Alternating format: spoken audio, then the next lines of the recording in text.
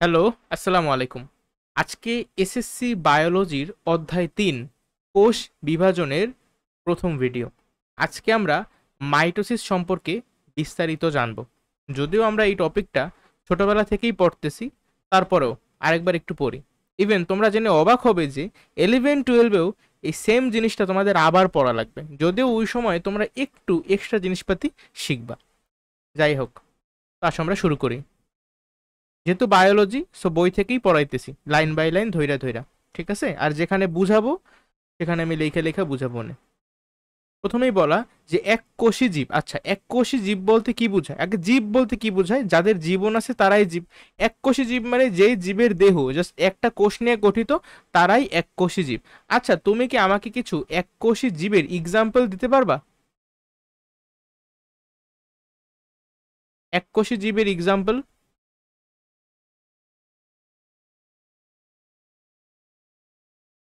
কেঁচো তো এক কোষী না, কি বলো? ব্যাকটেরিয়া ঠিক আছে। ব্যাকটেরিয়া ব্যাকটেরিয়া ছাড়াও আরো কিছু কিছু আছে।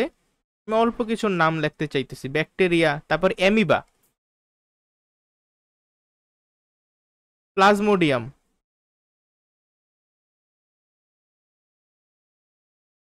ইভেন কিছু কিছু ছত্রাক আছে যেগুলা এককোষী।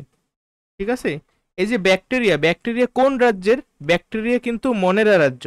আর অ্যামিবা, প্লাজমোডিয়াম এই দুইটা হইল প্রোটিস্টা রাজ্যের অন্তর্ভুক্ত। প্রোটিস্টা রাজ্যের জীবগুলা এককোষী হইতে পারে, বহুকোষীও হইতে পারে। এরা হইল গিয়ে প্রোটিস্টা রাজ্যের এককোষী কিছু জীবের উদাহরণ। মনে পড়ে? এগুলা কিন্তু প্রথম অধ্যায়ে আমরা শিখছিলাম।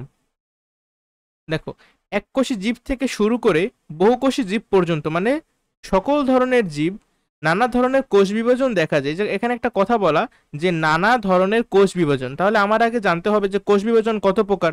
আমরা সবাই মোটামুটি এখন জানি, এগুলা 7-8-এ পড়ে আসছে যে কোষ বিভাজন হলো 3 প্রকার। নামগুলা কি কেউ বলতে পারো? আচ্ছা, আমি প্রথমে অ্যামাইটোসিস বলতে স্বাচ্ছন্দ্য বোধ করি। অ্যামাইটোসিস, মাইটোসিস, মিওসিস, মানে জিনিস তো সেম।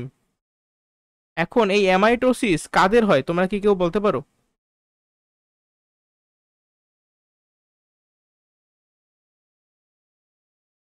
অ্যামাইটোসিস মূলত হয় এককোষী জীবদের। আচ্ছা, তাহলে বলো তো মাইটোসিস কাদের হয়? হ্যাঁ, মাইটোসিস সাধারণত বহুকোষী জীবদের হয়। সব সময় কিন্তু মাইটোসিস হয় না, মাঝে মাঝে মিওসিসও হয়। কখন হয় মিওসিস? সাধারণত যখন জনন কোষ সৃষ্টি হয় সেই সময়টাতে যে কোষ বিভাজনের দরকার পড়ে সেটা হইল মিওসিস। বুঝতে পারছো? আচ্ছা, এগুলাই আমরা এই অধ্যায়ে বিস্তারিতভাবে শিখব। মাইটোসিসের কারণে সাধারণত কোষ দেহ বৃদ্ধি ঘটে। ঠিক আছে, আমাদের যে দেহ, এই যে দেহ বড় হয় আস্তে আস্তে। আমরা যখন জন্মগ্রহণ করেছিলাম একদম বাচ্চা ছিলাম, ছোট ছিলাম, কিন্তু এখন কি আস্তে আস্তে বড় হইতে হইতে অনেক বড় হয়ে গেছি। এই যে আমাদের দেহটা বড় হয়েছে, এটা কিন্তু মাইটোসিস কোষ বিভাজনের কারণেই সম্ভব হয়েছে। ঠিক আছে, আবার আমরা একসময় অনেক বড় হয়ে যাব, তারপরে আমাদের নিজেদের আবার বাচ্চা হবে। তো সেই বাচ্চাটা মানে একেবারে কিন্তু একটা কোষ থেকেই সবাই যাত্রা শুরু করে। ঠিক আছে, যে কোনো প্রাণীর প্রথম মানে যে সন্তানটা যখন একেবারে আসে, আমি কিন্তু এটা বুঝাইতেছি না যে যখন জন্মগ্রহণ করে, না, যখন। আচ্ছা দেখো, এইটা আসলে একটু বিস্তারিতভাবে আমরা শিক্ষা যাই সামনে, তাইলে কাজে লাগবে। আমরা দ্বিতীয় অধ্যায়ে কিন্তু আলোচনা করেছিলাম যে কোষের প্রকারভেদ, তাই না? কোষ কত প্রকার? আমরা কিন্তু অনেকভাবে কোষকে ক্লাসিফাই করতে পারি। যেমন কোষটা কোথা থেকে আমরা সংগ্রহ করছি সেটার উপর ভিত্তি করে এটা উদ্ভিদ কোষ হতে পারে, প্রাণী কোষ হতে পারে। অবশ্যই এটা কিন্তু ছত্রাক কোষ, তারপর ব্যাকটেরিয়ার কোষও হতে পারে। যাই হোক, আর কাজের উপর ভিত্তি করে কোষের প্রকারভেদটা ছিল কিরকম বলতো? দেহকোষ আর জনন কোষ। দেহকোষের কাজই ছিল আমাদের ফুল বডিটাকে গঠন করা। আর জনন কোষের কাজ ছিল কি? জনন কোষের কাজই হলো গিয়ে আমরা যে বংশবৃদ্ধি করব সেই প্রসেসটায় সাহায্য করে জনন কোষ। জনন কোষ যদি না থাকতো তাহলে আমরা বংশবৃদ্ধি করতে পারতাম না। ঠিক আছে, সম্পূর্ণ মানব জাতি একেবারে বিলুপ্ত হয়ে যেত। শুধু মানব জাতি না, যে কোনো জীবই, মানে সব আসলে বিলুপ্ত হয়ে যেত যদি মিওসিস কোষ বিভাজন না থাকতো। ঠিক আছে, আচ্ছা, আমরা কিন্তু কোষকে অন্যভাবেও ক্লাসিফাই করা শিখছিলাম, তাই না? যে কোষটা কিভাবে গঠিত হয়েছে, কোষের নিউক্লিয়াসটা কি সুগঠিত নাকি অগঠিত? সুগঠিত নিউক্লিয়াস যুক্ত যে কোষ সেগুলোকে আমরা কি বলতাম? Eukaryotic cell. আর অগঠিত নিউক্লিয়াস যুক্ত যে কোষ সেগুলোকে আমরা কি বলতাম? Prokaryotic cell. সুগঠিত নিউক্লিয়াস, অগঠিত নিউক্লিয়াস, এগুলোর মানে কি তোমাদের মনে আছে? সুগঠিত নিউক্লিয়াস মানে এদের নিউক্লিয়ার মেমব্রেন থাকবে, নিউক্লিওলাস থাকবে, হ্যাঁ, অন্যান্য কোষীয় অঙ্গাণু থাকবে। আর অগঠিত নিউক্লিয়াস মানে এই নিউক্লিয়াসের যে জামা কাপড় মানে নিউক্লিয়ার মেমব্রেন, সেই নিউক্লিয়ার মেমব্রেনটা থাকবে না, নিউক্লিওলাস থাকবে না। এছাড়া নিউক্লিয়াস বাদেও তো অন্যান্য যে কোষীয় অঙ্গাণু থাকে সাধারণত কোষে, Golgi body, endoplasmic reticulum, mitochondria, এগুলোও কিছুই আদিকোষ বা প্রোক্যারিওটিক সেলে থাকতে পারবে না। তবে রাইবোজোম থাকবে, এই জন্য কিন্তু রাইবোজোমকে সার্বজনীন অঙ্গাণু বলা হয়। এগুলো সবকিছু আমি বিস্তারিত আলোচনা করছি প্রথম আর দ্বিতীয় অধ্যায়। তাহলে এই যে বললাম কাজের উপর ভিত্তি কইরা কোষের প্রকারভেদ, দেহকোষ আর জনন কোষ। হ্যাঁ, আমরা এখন একটু জনন কোষ সম্পর্কে জানতে চাচ্ছি। সবাই খাতায় লেখো যে জনন কোষ। আমার যা মনে পড়ে বুঝছো, এই জিনিসটা আমি তোমাদেরকে লেখাইছি। প্রথমত জনন কোষ। জনন কোষ দুই রকমের হইতে পারে, হয় হইতে পারে পুং জনন কোষ অথবা হইতে পারে স্ত্রী জনন কোষ। বুঝছো? আচ্ছা, আরেকটা জিনিস আছে, ওটাকে হলো গিয়া আমরা বলি জনন মাতৃকোষ। ঠিক আছে, মনে করো যেটা পুরুষের দেহে থাকবে সেটাকে আমরা বলতে পারি পুরুষের বা পুং জনন মাতৃকোষ। আচ্ছা, এত না বলে আমি জাস্ট জনন মাতৃকোষ বললাম। এই জনন মাতৃকোষ থেকেই জনন কোষের সৃষ্টি হয়। ঠিক আছে, আর এই যে সৃষ্টি হয় সেটা কিভাবে হয়? জনন মাতৃকোষ বিভাজিত হয়, এই কোষের বিভাজন হয়, এর ফলেই জনন কোষের সৃষ্টি হয়। এটা কেমন বিভাজন হয়? এর উত্তরই হইল মিওসিস বিভাজন হয়। ঠিক আছে, পুরুষের দেহের জনন মাতৃকোষ থেকে পুং জনন কোষের সৃষ্টি হয়। আর পুং জনন কোষের নাম কি? পুং জনন কোষের নাম হইল শুক্রাণু, আমরা সবাই এটা জানি। আর স্ত্রী জনন কোষের নাম কি? ডিম্বাণু।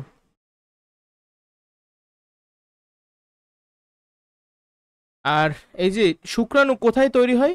শুক্রাণু তৈরি হয় আমাদের পুরুষেরদের দেহে শুক্রাশয় নামে একটা অঙ্গ আছে, টেস্টিস, সেইখানেই এই শুক্রাণু তৈরি হয়। আর মেয়েদের দেহে ডিম্বাণু কোথায় তৈরি হয়? ডিম্বাশয় নামে একটা অঙ্গ আছে, সেখানে ডিম্বাণু তৈরি হয়। যদিও এখানে আরো অনেক কমপ্লিকেশন আছে, বাট সেদিকে আমরা এখন আর যাব না। ঠিক আছে, আমি উপর উপর দিয়ে আলোচনা করতেছি আমাদের পড়ার সাথে যতটুকু রিলেটেড। আচ্ছা, তাহলে এগুলোর কোনোটি দেহের বৃদ্ধি ঘটায়, যেমন এই যে মাইটোসিস কি দেহের বৃদ্ধি ঘটায়, আবার কোন কোন কোষ বিভাজন জনন কোষ সৃষ্টিতে সাহায্য করে। এটা কি? এটা হলো গিয়া মিওসিস কোষ বিভাজনকে ইন্ডিকেট করতেছে।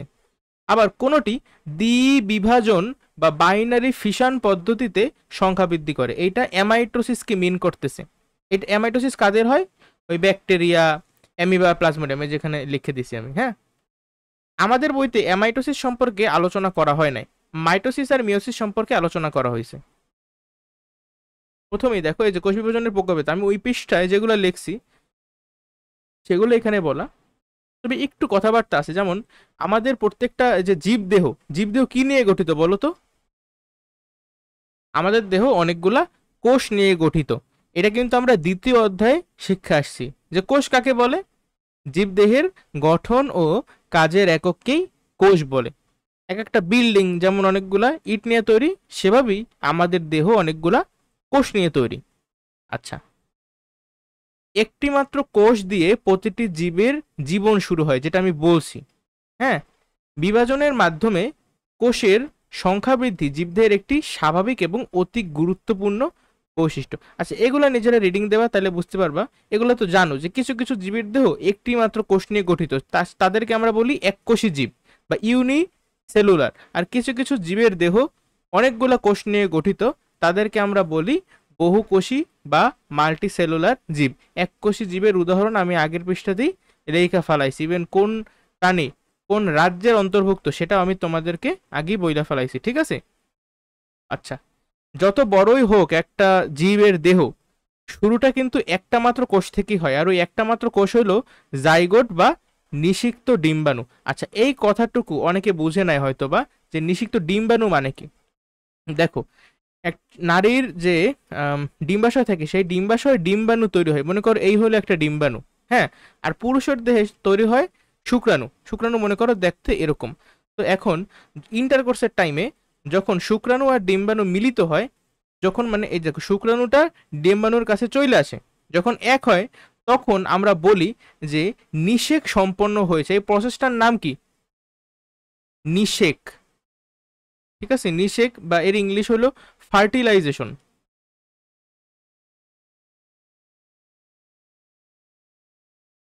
যখন এই ডিম্বাণুর যখন নিষেক হয় তখন আমরা এই ডিম্বাণুটাকে কেমন ডিম্বাণু বলবো?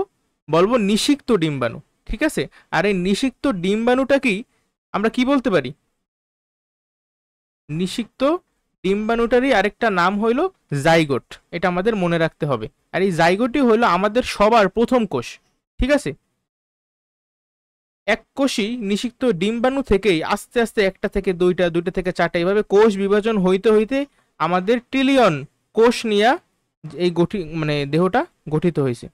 ঠিক আছে, আচ্ছা। আবার কোষ বিভাজনের মাধ্যমে শুধু কি দেহ বড়ই হয়? না, যদি আমাদের মিওসিস কোষ বিভাজন না থাকতো, মানে যদি আমাদের গ্যামেট লেগছে, গ্যামেট মানে কি? গ্যামেট কথাটার মানেই হইল জনন কোষ। ঠিক আছে, গ্যামেট মানেই হলো জনন কোষ। তাহলে পুং ও স্ত্রী গ্যামেট মানে কি? মানে হইলো গিয়ে শুক্রাণু আর ডিম্বাণু। এই শুক্রাণু ডিম্বাণু সৃষ্টি হয়, ওই যে বললাম মিওসিস কোষ বিভাজনের মাধ্যমে এগুলো তৈরি হয়, নতুন প্রজন্মের জন্ম হয়। যাক, এগুলো তোমরা পারবা। জীবদেহের দুটি গুরুত্বপূর্ণ কোষ বিভাজন, মাইটোসিস আর মিওসিস। আচ্ছা, তাহলে বলো তো, যদি প্রশ্ন আসে যে বাঘের দেহে কি অ্যামাইটোসিস প্রক্রিয়া হয়, অ্যামাইটোসিস কোষ বিভাজন, উত্তর হবে না। বাঘ তো এককোষী জীব না যে এদের অ্যামাইটোসিস কোষ বিভাজন হবে। বাঘ আর মানুষ আমাদের সবারই কিন্তু মাইটোসিস আর মিওসিস হবে। লক্ষ্য করো, মাইটোসিস। তাহলে প্রথমে আমাদেরকে জানতে হবে যে মাইটোসিস কাকে বলে। খুবই ইম্পর্টেন্ট, তোমরা সংজ্ঞাটা জানো। আমি তোমাকে সারাংশটা বলি। মাইটোসিস আসলে কি হবে? মাইটোসিসে আমাদের যে নিউক্লিয়াস আছে কোষের, খেয়াল কর, আমরা পড়তেই আসি কোষের বিভাজন। আমি প্রথম একটা আনুমানিক ছবি দেখাই, তাহলে তোমরা পড়াটা খুব সহজে বুঝতে পারবা। মনে করো এইটা একটা কোষ, ঠিক আছে, একটা মনে করো প্রাণী কোষ। আর এর ভিতরে আছে নিউক্লিয়াস, হ্যাঁ, নিউক্লিয়াস, ক্রোমাটিন তন্তু, নিউক্লিওলাস, তুমি তো জানো ভিতরে কি কি থাকে। আর নিউক্লিয়াসের বাইরে এই যে অংশটা হলো গিয়ে কি আমাদের সাইটোপ্লাজম। এই সাইটোপ্লাজমে বিভিন্ন অঙ্গাণু থাকে, সাইটোপ্লাজমীয় অঙ্গাণু। তার মধ্যে কিছু কিছু ঝিল্লি দিয়ে আবদ্ধ, আর কিছু কিছু অঙ্গাণুতে আছে যে কোনো ঝিল্লি নাই। যাই হোক, এখন এই কোষ বিভাজন মানে কি? কোষ বিভাজন মানে ধরো এই কোষটা থেকে এই একটা কোষ হবে, আবার এই আর একটা কোষ হবে, দেখলে একদম সেম। মাইটোসিস কোষ বিভাজনে যে দুইটা কোষ তৈরি হবে এরা কিন্তু একেবারে এই প্রথম কোষের মতো। এখন এই যে প্রথম যে কোষটা, যেই কোষটা বিভাজিত হবে সেই কোষটাকে আমরা বলতে পারি মাতৃকোষ। ঠিক আছে, মাতৃকোষ। আর যেগুলা তৈরি হয়েছে, যেই দুইটা কোষ আমি এখানে দেখাইছি যে তৈরি হয়েছে, এদেরকে আমি বলতে পারি ডটার সেল বা অপত্য কোষ। অপত্য মানে হইল ডটার, ঠিক আছে, মানে বাচ্চা আর কি, অপত্য কোষ। অনেকে একটু আপত্তি জানাইতে পারো যেখানে ডটার সেল কেন হইল, এটা সন সেল কেন হইল না, তাই না? এর উত্তর আমার জানা নাই। ডটার সেল, দেখো তাহলে এই যে মাতৃকোষ থেকে অপত্য কোষ হইল। যদি মাইটোসিস কোষ বিভাজন হয়, যদি মাইটোসিস হয় তাহলে একদম মাতৃকোষটা যেরকম হবে অপত্য কোষ দুইটাও হুবহু সেম হবে।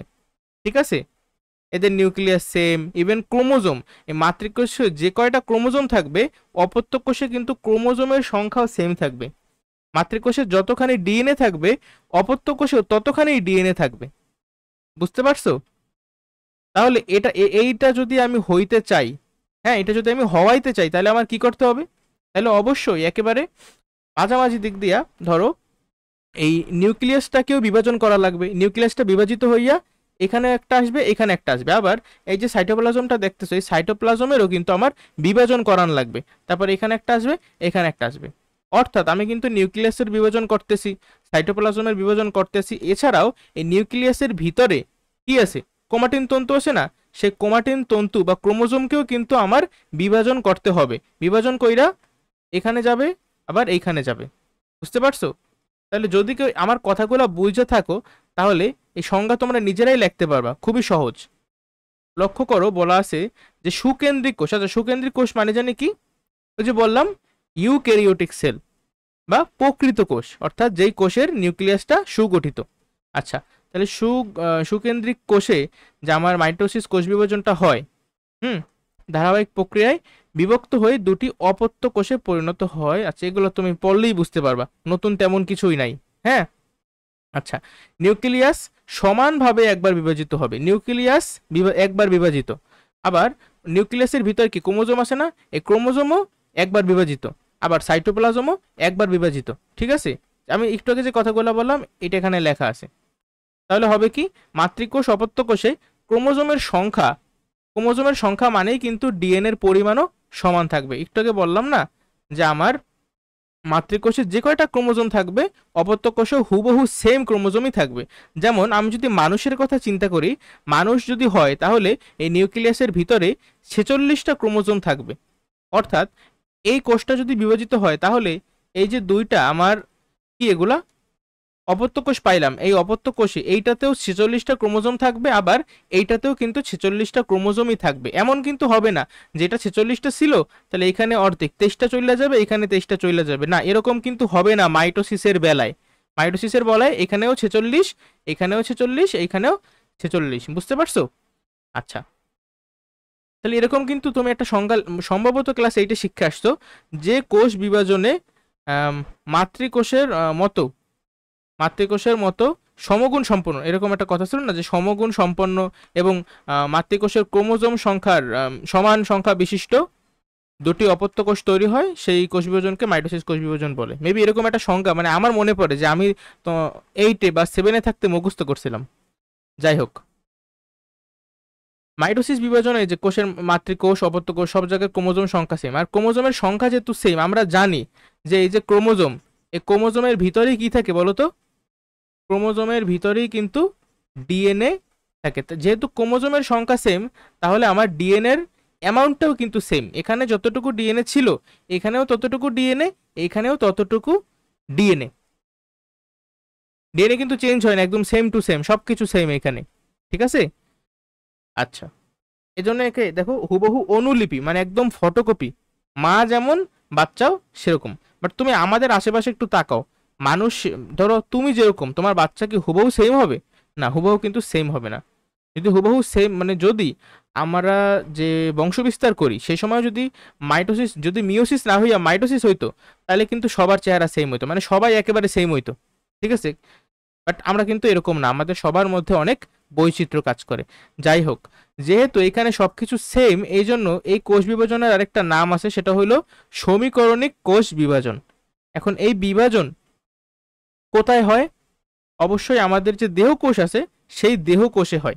হ্যাঁ, যারা প্রকৃত কোষী জীব যেমন আমরা, হ্যাঁ, আমাদের বা ইউক্যারিওটিক সেল যাদের, তাদের শুধুমাত্র দেহকোষী এই মাইটোসিস কোষ বিভাজনটা হয়। আর বিভাজনের সময় বলছে কি কোষের সংখ্যা আছে, যাই হোক এগুলো তোমরা পড়ে নিও, তেমন কিছু নাই। ও, এইখানে একটা এমসিকিউ, ইম্পর্টেন্ট এমসিকিউ, যে মাইটোসিস কোষ বিভাজনটা কোথায় হয়?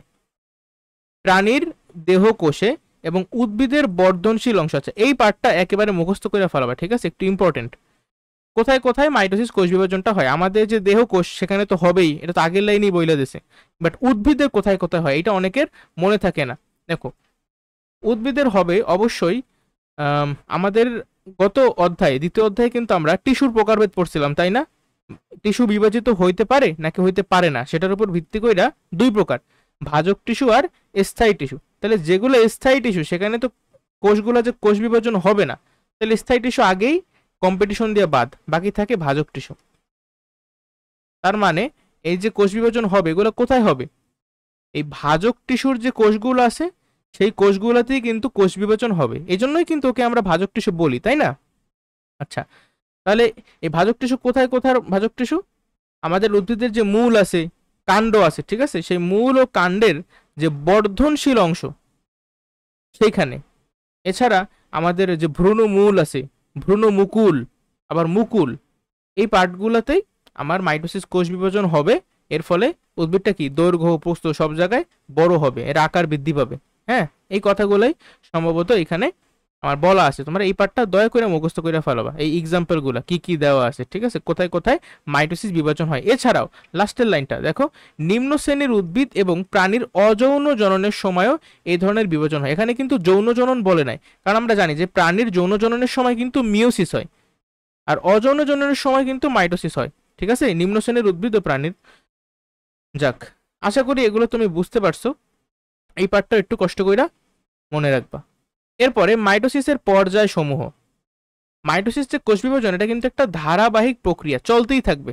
হ্যাঁ, এটা যদি হইতে হয় আমার কি কি হইতে হবে, আমি আগেই বলছি, তোমার নিউক্লিয়াসটার বিভাজন হওয়া লাগবে, এছাড়াও এই যে সাইটোপ্লাজম আছে, এই সাইটোপ্লাজমেরও বিভাজন হওয়া লাগবে। প্রথমে নিউক্লিয়াসের বিভাজন হবে, ঠিক আছে। এখন এই যে নিউক্লিয়াসের বিভাজন, এটাকে বলা হয় ক্যারিওকাইনেসিস। কি বলে? বলে ক্যারিওকাইনেসিস। আচ্ছা, কেন বলে ক্যারিওকাইনেসিস, তোমরা কেউ কি জানো এর উত্তর?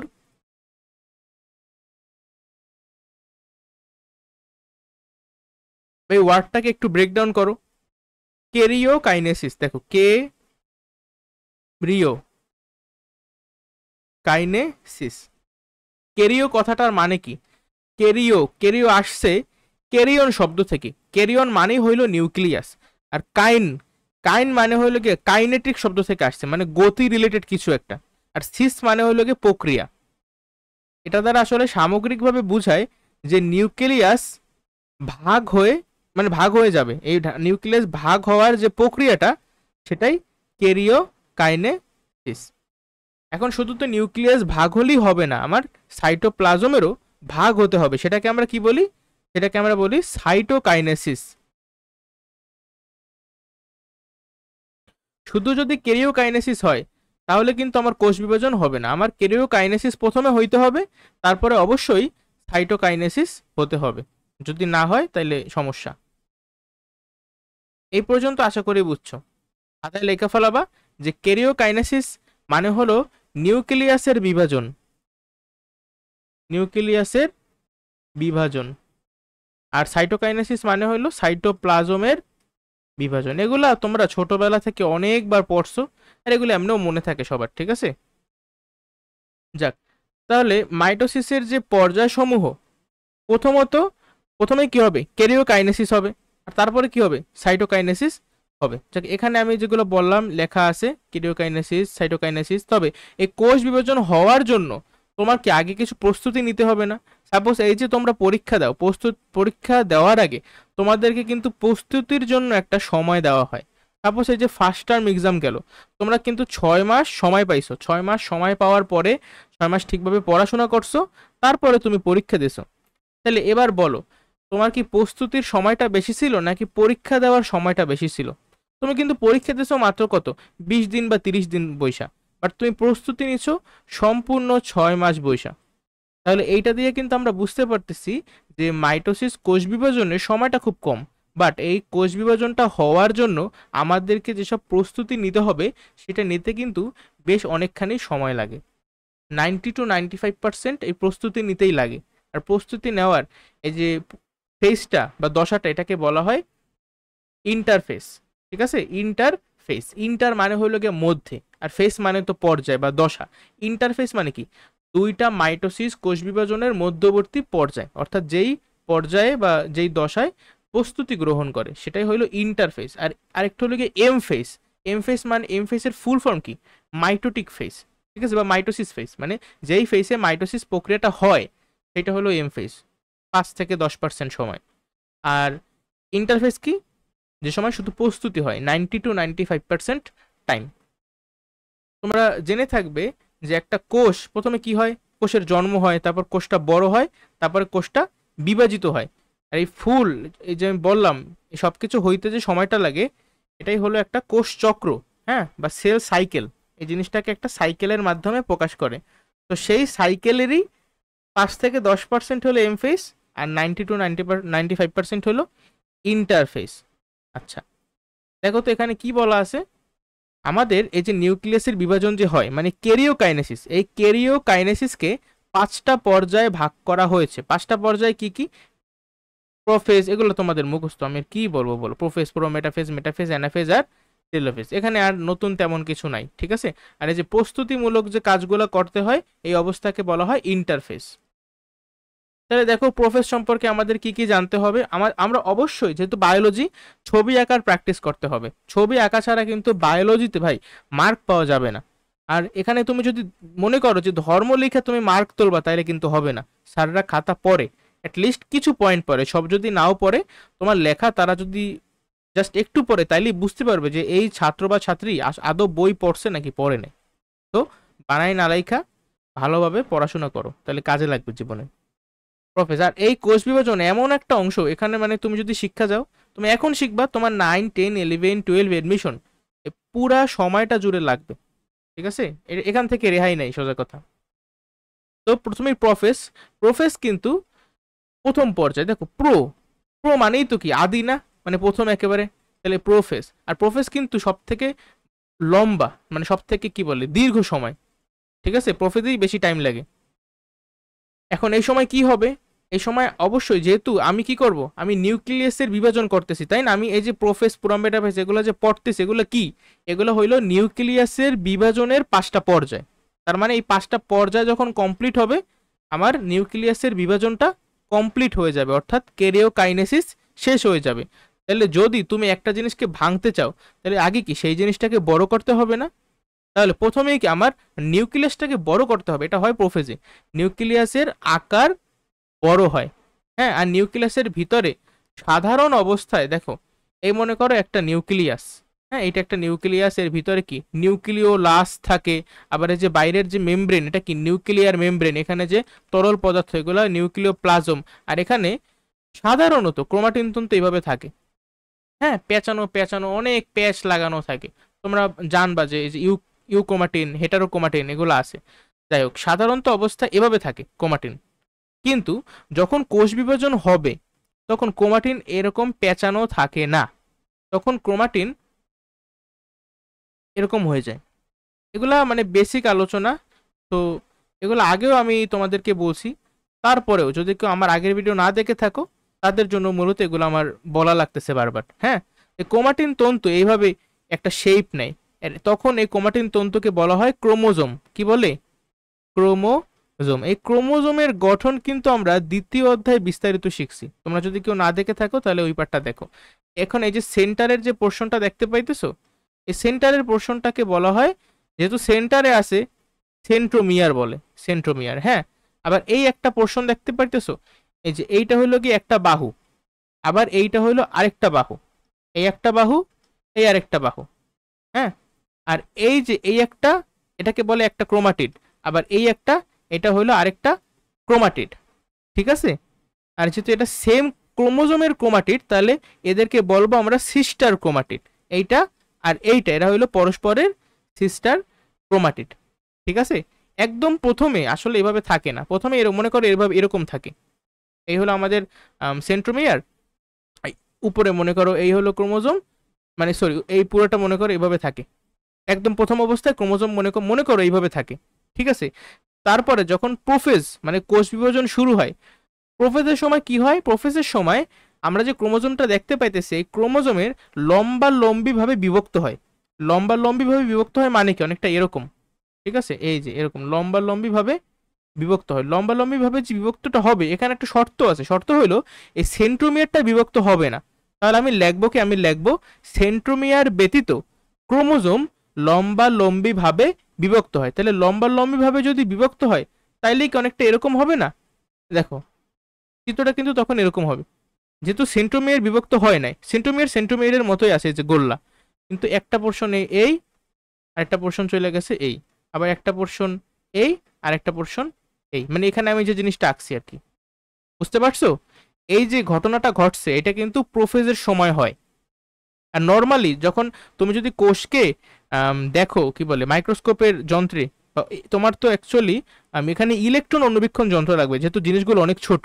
যখন দেখবা, তখন তুমি অ্যাকচুয়ালি ক্রোমাটিন তন্তু গণনা করতে পারবা না, বা ক্রোমোজোম তুমি স্পষ্ট দেখতেই পারবা না, কারণ এগুলো অনেক পেঁচানো অবস্থায় থাকে। একমাত্র যখন কোষ বিভাজন হবে, সেই সময় তুমি এদেরকে এইভাবে দেখবা, সুন্দর একটা শেপ তারা গ্রহণ করে। যাক, আগে একদম আমি যখন বই পড়তাম, মানে আমি যখন 2019 সালে ক্লাস 9-এ ছিলাম, তখন আমাদের বইতে লেখা ছিল যে প্রোফেজ ধাপে আমাদের কি বলে, এই ক্রোমোজোমগুলো বা ক্রোমাটিন তন্তু, এখানে জল বিয়োজন হয়। ঠিক আছে, জল বিয়োজন হইয়া এগুলা খাটো ও মোটা হইতে শুরু করে। কিন্তু তোমাদের বইতে আমি দেখলাম যে লেখা আছে যে ওই থিওরিটা নাকি ভুল ছিল, যে আসলে জল বিয়োজনের সাথে ক্রোমোজোমের এরকম দেখতে, মানে যে খাটো বা মোটা হওয়ার কোনো সম্পর্ক নাই, এটা নাকি তার থেকেও জটিল কিছু। যাই হোক, ইভেন এমনও হইতে পারে যে এখন তোমরা একটা জিনিস পড়তেছো, 10 বছর পরে আবার যখন তুমি বই দেখবা, দেখবা যে ওই সময় আবার লেখা থাকবে যে এই জিনিসটা আসলে ভুল, অন্য একটা জিনিস কারেক্ট। এটাই কিন্তু বিজ্ঞান, হ্যাঁ, ক্রমশ পরিবর্তন হয়, কোনো কিছুই ফিক্স না। যাক, তো এই প্রশ্নটা রিডিং পড়ে আমি যা যা বললাম এখানে এই সেম জিনিসগুলোই লেখা আছে। হ্যাঁ, যে ক্রোমোজোম, প্রত্যেকটা ক্রোমোজোম কি সেন্ট্রোমিয়ার ব্যতীত লম্বালম্বি দুভাবে বিভক্ত হয়ে এই যে দুটি ক্রোমাটিড উৎপন্ন করে, এটা হলো কি সিস্টার ক্রোমাটিড। হ্যাঁ, ক্রোমোজোমগুলো কুণ্ডলিত অবস্থায়, মানে যখন একেবারে পেঁচানো থাকে সে সময় কিন্তু সংখ্যা গণনা করা যায় না। এই ছবিগুলো প্র্যাকটিস করবা অবশ্যই। উদ্ভিদ কোষও প্রাণী কোষও বাসায় 2বার আঁকবা কমপক্ষে।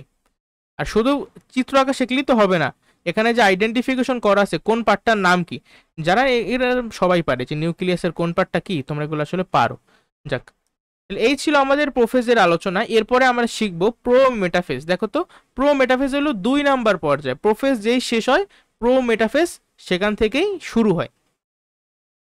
এখন প্রো মেটাফেজে দেখো, তুমি জাস্ট একটা জিনিস মনে রাখবা, প্রো মেটাফেজ কথাটা তুমি যখনই শুনবা, তুমি একটা সিম্পল ওয়ার্ড জাস্ট মনে রাখবা, সেটা হলো স্পিন্ডল যন্ত্র অথবা স্পিন্ডল অ্যাপারেটাস।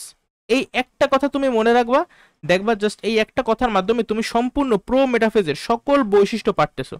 সাপোজ আমি তোমাদেরকে বলি, স্পিন্ডল যন্ত্র আসলে কি, যখন কোষ বিভাজনটা হয়, প্রোফেজ একদম মানে একটু আগে যেটা আমরা পড়লাম, এই প্রোফেজের সময়ই আমার নিউক্লিয়াসের আশেপাশে যে নিউক্লিয়ার মেমব্রেন ছিল বা নিউক্লিওলাস, এই দুইটা জিনিস বিলুপ্ত হওয়া শুরু করে বা অদৃশ্য হওয়া শুরু করে, সম্পূর্ণ কিন্তু হয়ে যায় না, প্রোফেজে মাত্র বিলুপ্ত হওয়া শুরু করে। ঠিক আছে, আর প্রো মেটাফেজে আইসা এরকম একটা মানে জিনিসের মানে একটা ফর্ম হয়। ঠিক আছে, একটা জিনিস এভাবে আসে। এই জিনিসটা দেখতে কি অনেকটা মাকু, চেনো তোমরা মাকু? সার্চ দিও, মাকুর মতো। ঠিক আছে, মাকুর মতো। এগুলো কি মনে হইতেছে যে অনেকটা অনেকগুলা দড়ি বা সুতা। ঠিক আছে, এই একটা সুতা, এই একটা সুতা, এই একটা সুতা। সুতার বাংলা কিন্তু আরেকটা হলো গিয়ে তন্তু।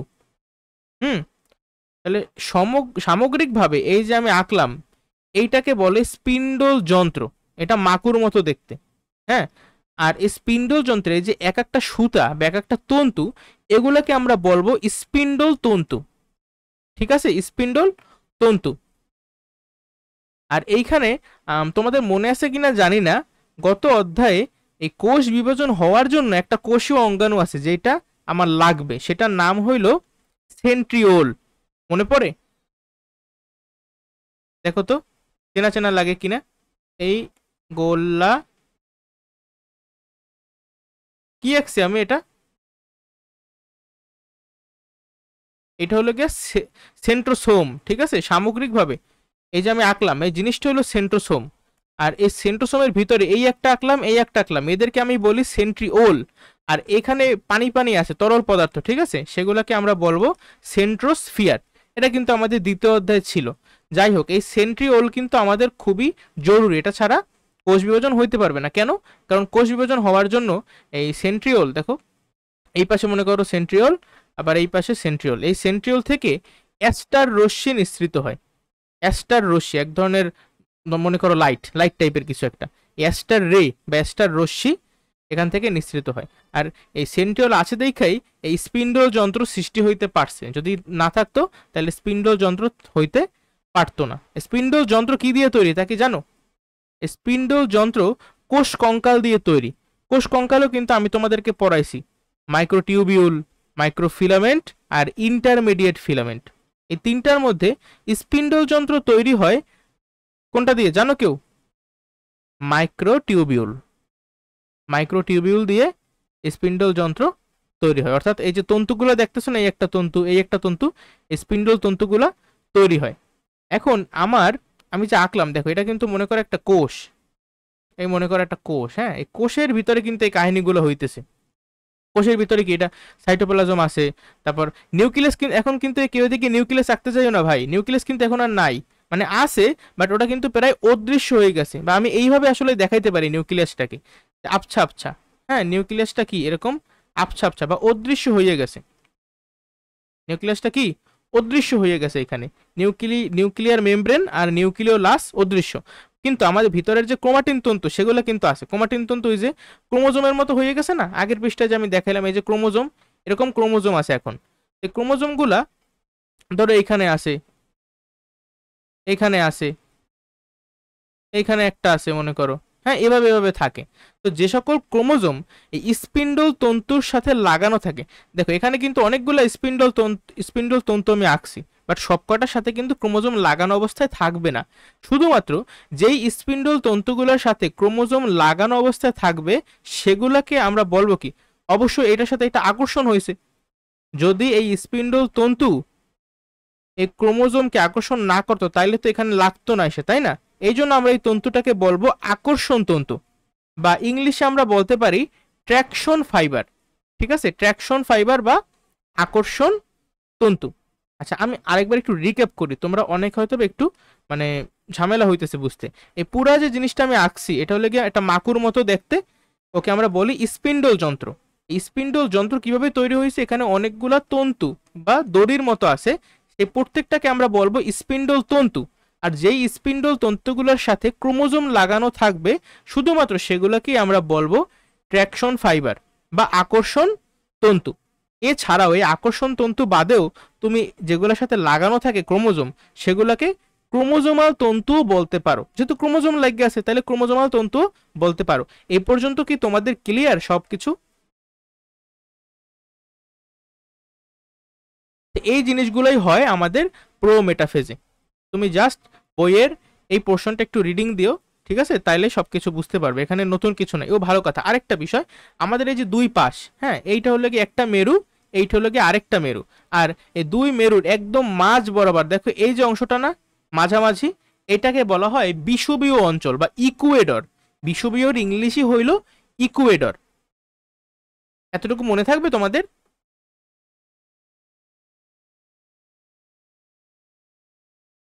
তাহলে এই যে ক্রোমোজোমগুলা এই সময়ে বিষুবীয় অঞ্চলে বিন্যস্ত হতে থাকে, মানে মাঝামাঝি চলে আসতে থাকে, পুরোপুরি কিন্তু চলে আসে না, মাঝামাঝি বা বিষুবীয় অঞ্চলে বিন্যস্ত হতে থাকে, মানে আসতে আসে এরকম কিছু একটা, ঠিক আছে।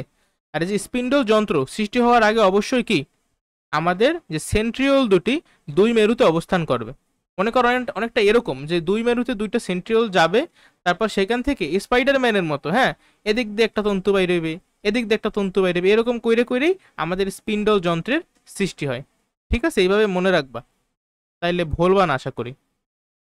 আর একে কি যে অ্যাস্টার রে বলে, ঠিক আছে, যে সেন্ট্রিওল দুটির চারদিক থেকে রশ্মি বিস্তৃত হয়। আচ্ছা যাক, এগুলো তেমন কিছু নাই, তোমরা যে অবশ্যই চিত্রটা প্র্যাকটিস করবা, দেখো চিত্রতে কি আছে, এই একটা মেরু, তারপর এই যে এই ডট ডট দিয়ে বুঝিতেছি কি যে আমার নিউক্লিয়ার যে মেমব্রেন, সেই নিউক্লিয়ার মেমব্রেনটা বলে কি বিলুপ্ত প্রায়, বিলুপ্ত প্রায় নিউক্লিয়ার মেমব্রেনের জন্য আবছা আবছা ভাবে দেখাইছে। আর এটা কি এই যে লুপ্ত প্রায় নিউক্লিওলাস, আর এগুলো হলো এই যে সেই ক্রোমোজোম। হুম, আর এই যে স্পিন্ডল যন্ত্র বা স্পিন্ডল তন্তু। এখানে কি তোমাদের কারো কোনো সমস্যা আছে কিছুতে? দেখছো এই যে অ্যাস্টার রে, সেন্ট্রিওল, সবকিছু আমি তোমাদেরকে অলরেডি দেখাই ফেলাইছি, নতুন কিছুই নাই। এরপরে মেটাফেজ, মেটাফেজে কি হয় একটা জিনিস মনে রাখবা, যে মেটাফেজে ক্রোমোজোমগুলা সব থেকে বেশি খাটো ও মোটা হয়, এটা আমার মনে থাকে কেন জানি সবসময়। ক্রোমোজোম ক্রোমোজোম সব থেকে বেশি খাটো ও মোটা। আগে ধারণা করা হতো এই যে ক্রোমোজোম কেন খাটো ও মোটা হয়, তারা বলতো যে এই মেটাফেজে অনেক বেশি জল ছাইরা দেয়, মানে পানি ছাইরা দেয়, ক্রোমোজোমগুলো পানি ছাইরা দেয়, জল বিয়োজন ঘটে, জল বিয়োজন ঘটে দেখা আমার ক্রোমোজোমগুলো সব থেকে বেশি খাটো ও মোটা হয়, কিন্তু এটা সত্য না। আধুনিক গবেষণায় দেখা গেছে যে অ্যাকচুয়ালি জল যোজন বা জল বিয়োজনের সাথে ক্রোমোজোম খাটো মোটা হবে নাকি সরু চিকন হবে এরকম মানে কোনো সম্পর্ক নাই, বুঝতে পারছো? আচ্ছা দেখো কি বলা আছে পরবর্তীতে, এ পর্যায়ে প্রথমেই দেখো সব ক্রোমোজোম স্পিন্ডল যন্ত্রের যে বিষুবীয় অঞ্চলে অবস্থান করে, বিষুবীয় অঞ্চল মানে দুই মেরুর মধ্যখানে, তো অলরেডি আমার প্রো মেটাফেজে কিন্তু বিষুবীয় অঞ্চলে আসা শুরু করছিল, বাট মেটাফেজ ধাপে কি হয়েছে, মেটাফেজ ধাপে বিষুবীয় অঞ্চলে অবস্থান করে, অলরেডি আসছে পড়ছে। আসার পর কি হবে, ক্রোমোজোমের যে সেন্ট্রোমিয়ার এটা বিষুবীয় অঞ্চলে, আর বাহু দুটি, আচ্ছা দেখো আমি তোমাকে চিত্র দেখা সবকিছু বুঝাইতেছি, চিত্রটার দিকে একটু লক্ষ্য করো। আমাদের ক্রোমোজোমগুলো মানে এই দেখো, এই যে সবকিছু কিন্তু একেবারে সেন্টারে এসে পড়ছে, আর সেন্ট্রোমিয়ারটা হলো গিয়ে একদম একদম সেন্টারে, আর বাহুগুলো হলো গিয়া দুই দিকে ছড়ানো ছিটানো অবস্থায় থাকে। এটা হলো গিয়ে উদ্ভিদ কোষ। আর প্রাণী কোষের দিকেও তাকাও, এই যে সেন্ট্রোমিয়ারই কিন্তু অ্যাকচুয়ালি এই যে আমি ট্র্যাকশন ফাইবার আঁকছি, এই ট্র্যাকশন ফাইবারের সাথে কিন্তু তোমার ক্রোমোজোমের যে সেন্ট্রোমিয়ার আছে সেই সেন্ট্রোমিয়ারটাই লাগে, অন্য কিছু কিন্তু লাগে না, সেন্ট্রোমিয়ারের মাধ্যমেই লাইগা থাকে। বুঝছো, অনেকটা এরকম। ধরো এই একটা রশি আছে, আর এই হলো একটা মনে করো আমার ক্রোমোজোম, এইটা মনে করো একটা মেশিন, এ মনে করো স্লাইড করতে করতে করতে করতে এই পাশে চলে আসতেছে, ঠিক আছে, এই জিনিসটাই হবে। দেখো, প্রতিটি ক্রোমোজোমের সেন্ট্রোমিয়ার বিষুবীয় অঞ্চলে এবং বাহু দুটি মেরুমুখী অবস্থান করে। আচ্ছা, সর্বাধিক মোটা খাটো অলরেডি আমি বলে ফেলাইছি, এটা এমসিকিউ ইম্পর্টেন্ট। আর প্রত্যেকটা ক্রোমোজোম ক্রোমাটিড দুটি পরস্পর থেকে বিচ্ছিন্ন হতে থাকে, দূরে সরতে থাকে, ঠিক আছে। এই ক্রোমাটিডগুলো কি হবে, দূরে সরতে থাকবে পরস্পরের থেকে। শেষ দিকে কি হয়, শেষ দিকে এই কথাটা বেশি ইম্পর্টেন্ট সব থেকে, যে সেন্ট্রোমিয়ারের বিভাজন শুরু হয়। তোমরা যারা ক্লাস 8-এ ভালোভাবে বই পড়ছো সেখানে সেন্ট্রোমিয়ারের বিভাজন সম্পর্কে বলছিল যে এইটা আসলে অ্যানাফেজ ধাপে হয়, কিন্তু আমরা নতুন এই 9-8-এ শিখলাম যে না, অ্যাকচুয়ালি অ্যানাফেজে না, মেটাফেজের লাস্টের দিক দিয়েই সেন্ট্রোমিয়ারের বিভাজন শুরু হয়। যখনই সেন্ট্রোমিয়ারের বিভাজনটা হবে তখনই কি, দেখো তো, এই মনে করো সেন্ট্রোমিয়ারের বিভাজনটা ঘটলো, তখন এই যে আমার কোষটা হইলো, এই কোষের এক পাশে চলে যাবে একটা পোর্শন, আরেকটা মেরুতে চলে যাবে আরেকটা পোর্শন, তাই তো। আচ্ছা, যদিও আমার আঁকা একটু ভুল আছে, ঠিক আছে, দেখো তো, আঁকায় সামান্য ভুল আছে। ভুলটা কেমন, আমার এই পাশে চলে যাবে এই অংশটা, আর এই পাশে চলে আসবে এই অংশটা। আমি কিভাবে বুঝলাম, অনেকে প্রশ্ন করতে পারো। এইভাবে মনে রাখবা যে এই যে গোল্লা যেটা, হ্যাঁ, সেন্ট্রোমিয়ারের যে পাশ মানে কি বলে অংশটা আছে, সেটা মনে করো একটা, এখানে মনে করো ড্রাইভার আছে, ঠিক আছে, মানে এইটা থাকবে সামনে, এটা সামনে থাকবে, আর বাহুগুলা থাকবে পিছনে। বইয়ের ভাষায় জিনিসটাকে বলে যে সেন্ট্রোমিয়ার হলো গিয়ে তোমার মেরুগামী, আর বাহুগুলা থাকবে অনুগামী। অনুগামী মানে কি, ফলো করতেছে, এই সেন্ট্রোমিয়ারকে ফলো করতেছে, তাহলে সেন্ট্রোমিয়ার যাইতেছে মেরুর কাছে, তার মানে মেরুগামী, আর বাহুগুলো হইল অনুগামী। আর এই মেটাফেজ ধাপে দেখ, খেয়াল করো, একদম প্রোফেজে আমার নিউক্লিওলাস আর নিউক্লিয়ার মেমব্রেন অদৃশ্য হওয়া শুরু করছিল, হ্যাঁ, প্রো মেটাফেজেও হইতেছিল অদৃশ্য, মেটাফেজে আইসাই সম্পূর্ণ বিলুপ্তি ঘটে। এখান থেকে যদি এমসিকিউ আসে, আশা করি তোমরা পারবা।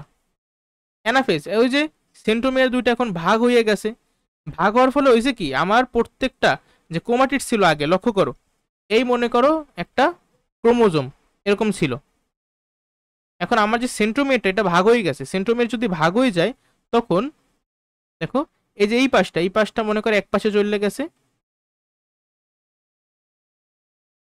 আর এই পাশটা এক পাশে চলে গেছে।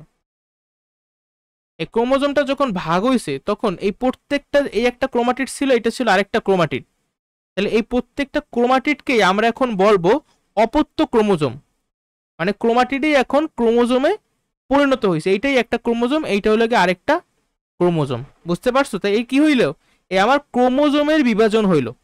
আজ আমি বলছিলাম যে মাইটোসিস যদি মানে হওয়াইতে চাও, তোমার নিউক্লিয়াসের বিভাজন, সাইটোপ্লাজমের বিভাজন আর ক্রোমোজোমের বিভাজন হওয়াইতে হবে, তো সেই ক্রোমোজোমের বিভাজন এখন হইল। দেখো, তাহলে এই প্রত্যেকটা ক্রোমাটিডকেই আমরা অপত্য ক্রোমোজোম বলবো। এতে কিন্তু একটা কইরা সেন্ট্রোমিয়ার থাকে, এই যে একটা সেন্ট্রোমিয়ার, এই আরেকটা সেন্ট্রোমিয়ার, হ্যাঁ। এরা কি হবে, দেখো, এরা কিন্তু সবাই বিষুবীয় অঞ্চলে ছিল, কিন্তু এখন সবাই বিষুবীয় অঞ্চল থেকে মেরুর দিকে যাইতে থাকবে। আর মেরুর দিকে কিভাবে যাবে, এই যে আমার সেন্ট্রোমিয়ারটা থাকবে মেরুগামী, আর বাহুগুলা থাকবে অনুগামী। তো এই কথাগুলাই জাস্ট এখানে বলা আছে, হ্যাঁ, নতুন তেমন কিছু নাই। আর যখন এভাবে যাইতে থাকবে এই দেখো, এই অপত্য ক্রোমোজোম বা আমার ক্রোমাটিডগুলা যখন মেরুর দিকে যাইতে থাকবে, তখন আমার সেন্ট্রোমিয়ারটা অ্যাকচুয়ালি কোথায় অবস্থিত, এই সেন্ট্রোমিয়ারের অবস্থান অনুসারে ক্রোমোজোমগুলোকে নানান রকমের দেখতে লাগে। VLJI এই পার্টটা অনেক বেশি ইম্পর্টেন্ট ফর এমসিকিউ। যদি তোমার ক্রোমোজোম ভি এর মতো দেখায় তখন সেটাকে বলে মেটাসেন্ট্রিক, যদি এল এর মতো দেখায় তখন সেটাকে বলে সাব মেটাসেন্ট্রিক, যদি জে এর মতো দেখায় তখন অ্যাক্রোসেন্ট্রিক, আর যখন আই এর মতো দেখায় তখন টেলোসেন্ট্রিক। অনেকে এই জিনিসটা বোঝে নাই, বুঝছো? দেখো তো, এই আমি একটা আঁকি, ছবি আঁকি, এই হলো একটা ক্রোমাটিড। আমরা এখন আর বলবো না, আমরা এই ক্রোমাটিডটাকে এখন বলবো অপত্য ক্রোমোজোম, মানে বাচ্চা ক্রোমোজোম, নতুন ক্রোমোজোম হইলো না। আচ্ছা, তাহলে এই যে আমার অপত্য ক্রোমোজোম, অপত্য ক্রোমোজোমের সেন্ট্রোমিয়ারটা কিন্তু একেবারে আমার মাঝখানে অবস্থিত। তাহলে এটা দেখে কিন্তু আমার মনে হইতেছে একটা ভি, যদি আমি উল্টো আঁকছি একটা ভি এর মতো আর কি, ঠিক আছে? বাট যদি ধরো এই হলো আমাদের সেন্ট্রোমিয়ার, হ্যাঁ, এই হলো একটা বাহু, মানে অপত্য ক্রোমোজোমের আর কি একটা বাহু, এই হলো কি আরেকটা বাহু, এটা দেখতে কিন্তু পুরোপুরি ভিন্ন। দেখো এখানে এই পাশটা, এই বাহু আর এই বাহু একেবারে সমান ছিল, বাট এই ছবিতে দেখো এই বাহুটা একটু বড়, এই বাহুটা একটু ছোট। হ্যাঁ, এইটা দেখতে হলো গিয়ে এল এর মতো লাগতেছে, তাহলে এইটা হলো গিয়ে সাব মেটাসেন্ট্রিক, এটা ছিল মেটাসেন্ট্রিক। আর যদি জে এর মতো লাগে, জে এর মতো লাগবে কিভাবে দেখো তো, মনে করো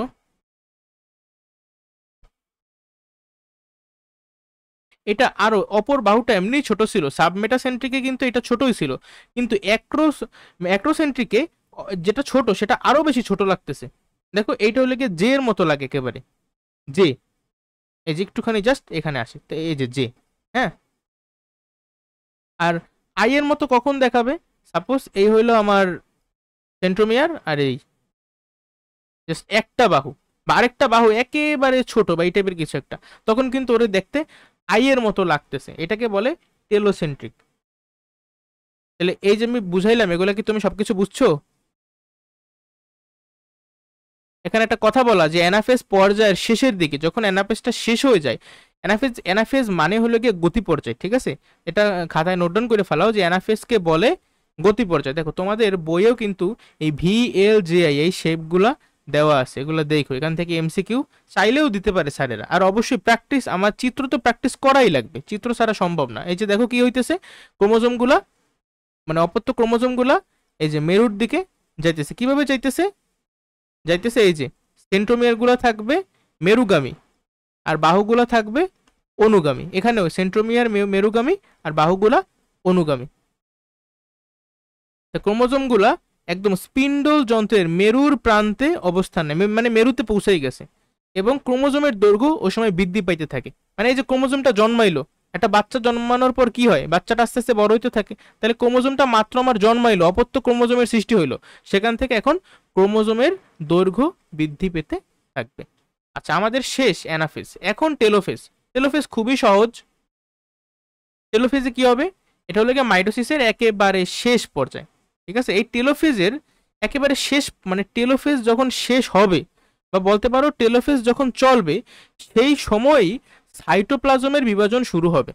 এই যে এতক্ষণ যে আমি পড়াইতেছি prophase, prometaphase, metaphase, anaphase, telophase, এই পুরা সময়টা জুড়ে কি হয়েছে, এই পুরা সময়টা জুড়ে আমার যে ক্রোমোজোম ছিল, প্রথমে কি হলো, প্রথমে তো একেবারে প্রথমে দেখো, খেয়াল করো, আমি একটা সারাংশ টানি আগে, তারপরে আমি টেলোফেজটা বুঝাই। একেবারে প্রথমে আমার ক্রোমাটিন তন্তু ছিল, ক্রোমোজোম ছিলই না, খুবই পেঁচানো অবস্থায় ছিল, আমি মানে দেখে বুঝতাম না, ওগুলাকে বলতাম ক্রোমাটিন তন্তু।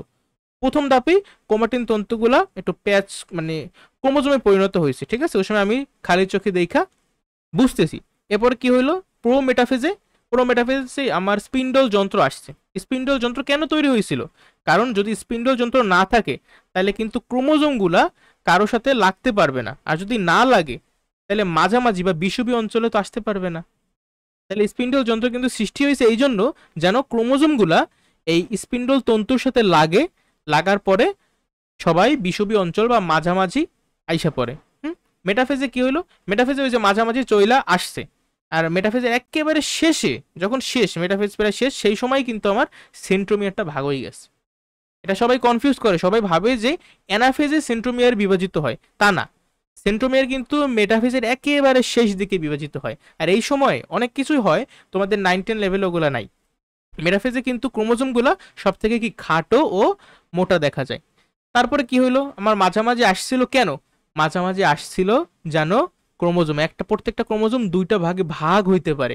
তাহলে এই যে আমার সেন্ট্রোমিয়ারটা ভাগ হয়ে গেল, এখন কিন্তু প্রত্যেকটা ক্রোমোজোম, আগের যে একটা ক্রোমোজোম ছিল সেই একটা ক্রোমোজোম এখন দুইটা ক্রোমোজোমের জন্ম দিছে। হ্যাঁ, মানে ওই যে প্রত্যেকটা ক্রোমাটিডই এখন একটা করে ক্রোমোজোম বা অপত্য ক্রোমোজোম আমি বলতে পারি, হ্যাঁ। এই অপত্য ক্রোমোজোমগুলো মেরুর দিকে যাইতে থাকে। কিভাবে যাবে? তোমার যে সেন্ট্রোমিয়ার সেটা থাকবে মেরুমুখী, আর বাহুগুলো থাকবে মানে পিছনে অনুগামী, ঠিক আছে। আচ্ছা, তাহলে এই যে আমার পৌঁছে গেল, এখন কি ক্রোমোজোমগুলো, অপত্য ক্রোমোজোমগুলো আলাদা আলাদা মেরুতে পৌঁছে গেছে। এখন কি হবে দেখো, মেরুতে যেহেতু পৌঁছাইছে, দেখো অনেকটা এরকম চিত্রটা। এই মনে করো কোষ এখানে চলে গেছে সবাই, এই মনে করো অপত্য ক্রোমোজোমগুলো, আবার এই পাশে এই মেরুতে আবার এই যে অপত্য ক্রোমোজোমগুলো। এখনো কিন্তু আমি একটা কোষই দেখতে পাইতেছি, আমি কিন্তু দুইটা কোষ এখনো দেখতে পাইতেছি না। তাহলে আমার কি করতে হবে? আমার অবশ্যই যে নিউক্লিয়ার মেমব্রেনটা ছিল অদৃশ্য হয়ে গেছিল, সেই নিউক্লিয়ার মেমব্রেনটা আবার আমার আনা লাগবে। মনে করো এখানেও নিউক্লিয়ার মেমব্রেন আসবে, আবার এখানেও নিউক্লিয়ার মেমব্রেন আসবে। আরেকটা অঙ্গাণু কিন্তু অদৃশ্য হয়ে গেছিল, সে হলো নিউক্লিয় লাস। এখানেও নিউক্লিয় লাস আসবে, এখানেও নিউক্লিয় লাস আসবে। তাহলে কিন্তু আমার নিউক্লিয়াসের বিভাজনটা সম্পূর্ণ হবে। কেন, এছাড়া তোমার সাইটোপ্লাজমেরও তো বিভাজন হইতে হবে, তাই না? তো নিউক্লিয়াস তো একমাত্র অঙ্গাণু না আমার কোষের, এছাড়া ওই যে Golgi body, endoplasmic reticulum, mitochondria, আরো অনেক কিছুই তো আছে, এগুলো সবকিছুই বিভাজিত হবে, ঠিক আছে। বিভাজিত যখন হয়ে যাবে, সব অঙ্গাণু যখন বিভাজিত হয়ে যাবে, তখন আমার সাইটোপ্লাজমটার মানে সাইটোপ্লাজমের বিভাজন শেষ। তখন জাস্ট মনে করো মাঝখান দিয়ে একটা দেবো, এই একটা কোষ, এই একটা অপত্য কোষ, মানে একটা কোষ থেকে কিন্তু দুইটা কোষের সৃষ্টি হইলো। বুঝতে পারছো? তাহলে এখন আমি বই থেকে দেখাই যে তারা কি বলছে। প্রোফেজের ঘটনাগুলো এবার উল্টা ঘটবে, পর্যায়ক্রমে বিপরীতভাবে ঘটে। কি হবে? প্রোফেজে আমার ক্রোমোজোমগুলো খাটো ও মোটা হওয়া শুরু করছিল, বাট এখন ক্রোমোজোমগুলো সরু ও লম্বা হওয়া শুরু করবে। আগে মনে করা হয়তো এটা কেন হয়, জল যোজনের কারণে হয়, বাট এখন অ্যাকচুয়ালি দেখা গেছে গবেষণার পরে যে পানির যোজন is not the Real reason, এখানে অন্য কোনো কারণ আছে। পানির যোজনকে বিবেচনা করা হতো পূর্বে, বিবেচনা করা হতো, বাট এটা কি, এটা কিন্তু অনেক জটিল তার থেকেও, পানির উপর নির্ভরশীল না। যাই হোক, তো নিউক্লিয়ার রেটিকুলাম গঠন করে। নিউক্লিয়ার রেটিকুলাম মানে ওই যে নিউক্লিয়ার মেমব্রেনটা যেটা অদৃশ্য হয়ে গেছিল। নিউক্লিয় লাসও আবার আসবে। তারপরে আচ্ছা যাক, এগুলো একটু নিজের রিডিং পড়ে নিও যে দুই মেরুতে দুটি অপত্য নিউক্লিয়াস কিন্তু গঠিত হয়ে গেছে, দুই মেরুতে দুইটা অপত্য নিউক্লিওলাস গঠিত হয়ে গিয়েছে। আর যে তন্তুগুলো ছিল, এই দেখো মাঝখানে যে তন্তুগুলো ছিল স্পিন্ডল তন্তু, এই স্পিন্ডল তন্তুর তো এখন আর কোনো কাজ নাই, তাই না? তাহলে ওদের তো থাইকা এখন আর কোনো লাভ নাই, সেই তন্তু এখন অদৃশ্য হয়ে যাবে। কেমন একটা সম্পর্ক! পুরো মেটাফেজের সময় স্পিন্ডল তন্তু আসছিল, নিউক্লিয়ার মেমব্রেন নিউক্লিওলাস অদৃশ্য হয়ে গেছিল, কিন্তু টেলোফেজে নিউক্লিয়ার মেমব্রেন নিউক্লিওলাস এগুলো আসতেছে, আর এই তন্তুগুলা অদৃশ্য হয়ে যাইতেছে, ঠিক আছে। আর এই যে স্পিন্ডল যন্ত্র কিন্তু ভেঙে যায়। এরপর এই যে এই লাইন পর্যন্ত হলে কি আমাদের আসলে টেলোফেজ। লাস্টে এখানে যে কথাটা লেখছে এটা মেনলি সাইটোকাইনেসিসের পার্ট, মানে আমাদের ক্যারিওকাইনেসিস শেষ, নিউক্লিয়াসের বিভাজন শেষ, এরপরে সাইটোপ্লাজমের বিভাজন হইতে হবে। যাই হোক, দেখো এখানে বলছে যে সাইটোপ্লাজম টেলোফেজ পর্যায়ের শেষে বিষুবীয় তল মানে কি একদম মাঝামাঝি বরাবর কি হয়, মাঝামাঝি বরাবর আমার যে এন্ডোপ্লাজমিক রেটিকুলামের নাম তো তোমরা সবাই শুনছো, একটা কোষীয় অঙ্গাণু আছে এন্ডোপ্লাজমিক রেটিকুলাম। সেই এন্ডোপ্লাজমিক রেটিকুলামের ক্ষুদ্র অংশগুলো জমা হয়, মনে করো ভাঙ্গা ভাঙ্গা অল্প অল্প অংশ এই একদম বিষুবীয় অঞ্চলে জমা হয়। জমা হয়ে কি গঠন করে? একটা প্লেটের মতো, একটা তলের মতো গঠন করে, সেটাকে আমরা বলবো কোষ প্লেট। কি বলবো? কোষ প্লেট গঠন করে। আমি কিন্তু এখন উদ্ভিদ কোষেরটা পড়াইতেছি, ঠিক আছে। মানে এই যে এই পোর্শনটা, জাস্ট এই পোর্শনে আমি এখন বলতেছি উদ্ভিদ কোষের কথা, তারপর আমি বলবো যে প্রাণী কোষে এটা কিভাবে হয়। হ্যাঁ, সাইটোকাইনেসিস উদ্ভিদ কোষে কিভাবে হয় আর প্রাণী কোষে কিভাবে হয়। উদ্ভিদ কোষে আমার মাঝখানে একটা কোষ প্লেট গঠন করে, ঠিক আছে। তার পরবর্তীতে এই কোষ প্লেটটা অ্যাকচুয়ালি তোমার কোষ প্রাচীরে পরিণত হয়। এভাবেই উদ্ভিদ কোষে সাইটোকাইনেসিস সম্পন্ন হওয়ার মাধ্যমে একটা কোষ থেকে দুইটা অপত্য কোষের সৃষ্টি হয়। আর প্রাণী কোষে কিন্তু কোষ প্রাচীর নাই, তাই না? প্রাণী কোষে কি হয়? প্রাণী কোষে দুই পাশ থেকে, মানে দেখো প্রাণীর ক্ষেত্রে স্পিন্ডল যন্ত্রের বিষুবীয় অঞ্চল বরাবর কোষ ঝিল্লি থাকে। আমরা জানি আমাদের আছে কোষ ঝিল্লি, আমাদের কোষ প্রাচীর নাই। তাহলে কোষ ঝিল্লি গর্তের মতো মনে করো ভিতরে ঢুইকা যেতে থাকে। কি হইতে থাকে? ভিতরে ঢুইকা যেতে থাকে। মনে করো দেখো আগে মনে করো এরকম ছিল, তাহলে তারপর কি হইলো, এরা আস্তে আস্তে একদম এই যে এই মাছ বরাবর ভিতরে ঢুকে যাইতেছে, এই ভিতরে ঢুকে যাইতেছে, আবার এই পাশ থেকেও কিন্তু ভিতরে ঢুকে যাইতেছে, ভিতরে ঢুকে যাইতেছে, ঢুকতে ঢুকতে ঢুকতে ঢুকতে একসময় কি হবে, একসময় একেবারে মনে করো এই একটা পাশ, এই একটা পাশ। তুমি কি একটু মানে চিন্তা করতে পারতেছো আমি কি বলতেছি? যেহেতু আমার কাছে অ্যানিমেশন নেই আমি দেখাইতে পারতেছি না, বাট একটু চিন্তা করো তাইলেই বুঝবা। এছাড়া এগুলো তো ছোটবেলা থেকেই পড়তেছো।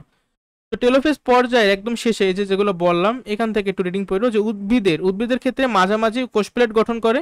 এখানে আরেকটা লাইন অ্যাড করবা যে কোষ প্লেট পরবর্তীতে কোষ প্রাচীরের সৃষ্টি হয় আর কি এখান থেকে। হ্যাঁ, সাইটোপ্লাজমিক অঙ্গাণু সময়ের কিন্তু সমবন্টন ঘটবে, যাক এগুলো আসলে নতুন তেমন কিছু না। এই গর্ত সব দিক থেকে ক্রমান্বয়ে গভীর হয়ে একত্রে মিলিত হয়, ফলে কোষটি যাক শেষ আসলে। তারপর একটা ছবি দেখো, এখানে ইন্টারফেস কি মনে আছে? ইন্টারফেস হইলো মাইটোসিস হওয়ার জন্য প্রস্তুতি যে সময় ধরে নেবে সেটা হলো ইন্টারফেস, প্রস্তুতির পর্যায়ে।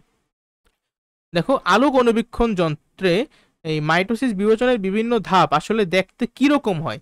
ইন্টারফেজের সময় দেখতে এরকম হবে, প্রোফেজের সময় এরকম, মেটাফেজের সময় দেখো এই যে বোঝা যেতেছে যে আমার ক্রোমোজোমগুলো এই যে একদম মাঝামাঝি বরাবর আসছে।